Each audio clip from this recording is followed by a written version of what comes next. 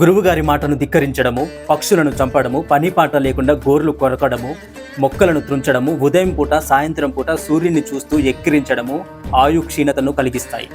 మనసులో కోపం లేకుండా ప్రశాంతంగా ఉండటము, జీవహింస మానుకోవడము, సత్యమునే పలకడము, ఉదయం సంధ్యావందనం చేయడము, ప్రతిరోజు దేవతారాధన చేయడము ఆయువుని వృద్ధిపరుస్తాయి. ఇతరుల భార్యలను కోరుకోవడం ఆయుక్షీణతకు దారితీస్తుంది. అది మహాపాపం.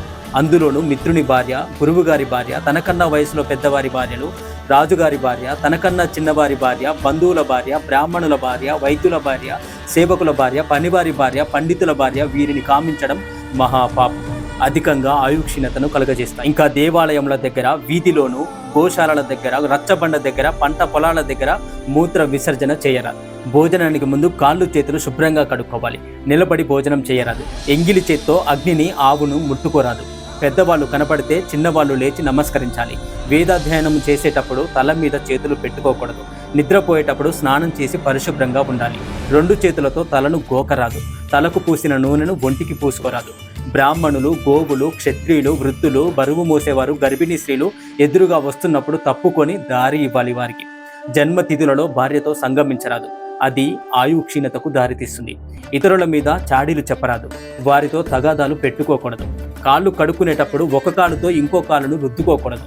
ఇవన్నీ అవలక్షణములు, ఆయు క్షీణతను కలుగజేస్తాయి.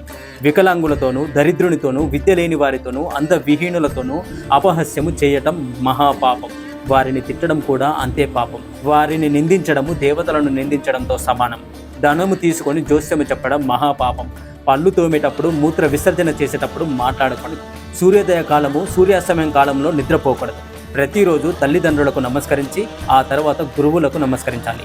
ఉదయము దేవార్చనకు ముందు ఎవ్వరితో మాట్లాడకూడదు. ఎవ్వరి వద్దకు వెళ్ళకూడదు. గర్భిణీ స్త్రీలతో సంగమించరాదు. పెళ్లి కాని కన్యలతో సంభోగించడము మహాపాపం. పెళ్లికి ముందు స్త్రీ సంభోగం మహాపాపం. అది పెళ్ళైన తర్వాత చేయవలసిన కార్యము. దీనిని అవకీర్ణము అని అంటారు. పడుకునేటప్పుడు ఉత్తరం వైపు, పడమర వైపు తల పెట్టి పడుకోకూడదు. స్నానం చేయకుండా పైపూట పూయకూడదు. ఒకళ్ళు వేసుకున్న వస్త్రములను మరొకరు ధరించకూడదు. భోజనం చేసేటప్పుడు ప్రశాంతంగా ఉండాలి. మనసు ఎక్కడో పెట్టి బలవంతంగా భోజనం చేయరాదు. మౌనంగా భోజనం చేయాలి. ఉద్రేకంగా మాట్లాడుకుంటూ భోజనం చేయరాదు. ఒకరి చేతిలో నుండి ఉప్పును తీసుకోరాదు. రాత్రిపూట పెరుగు, తేనె తినకూడదు. ఈ వీడియో చేద్దామా వద్దా అనుకున్నాను, కానీ చేయాల్సి వచ్చింది. వీడియోలో ఏమైనా తప్పులుంటే నన్ను క్షమించండి. నేనేమైతే చెప్పానో అవన్నీ నిజాలు, పచ్చి నిజాలు. హరే కృష్ణ.